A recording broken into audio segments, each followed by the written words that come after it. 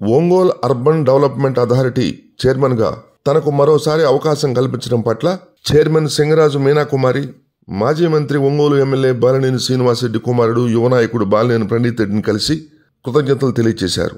Chairman మీనాకుమారితో పాటు పలువురు మహిళా నాయకులు పాల్గొన్నారు.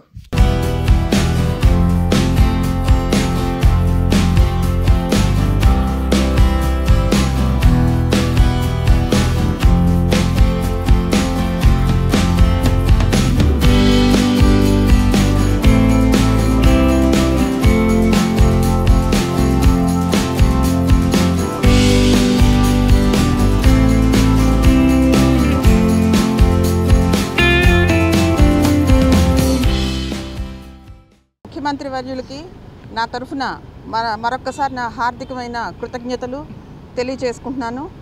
ఈ 2019 తర్వాత ఆయన ఎన్నికల తర్వాత మహిళా సాధికారత దిశగా నన్ను ఉడా చైర్పర్సన్ పోస్ట్ ఇవ్వడం జరిగింది. ఆ పదవిని ఇప్పుడు ఆయన తిరిగి మళ్ళీ మా మహిళల యందు నమ్మకం ఉంచి అందరికీ పదవులు ఇస్తూ మళ్ళీ నాకు కూడా ఉడా చైర్మన్గా రెన్యూవల్ ఇవ్వడం జరిగింది. కాబట్టి జగన్మోహన్ రెడ్డి గారు మహిళలకు ఇస్తున్న ప్రోత్సాహం, మహిళా సాధికారత ముఖ్యమైన దిశగా నడిచిపోతున్న జగన్మోహన్ రెడ్డి గారు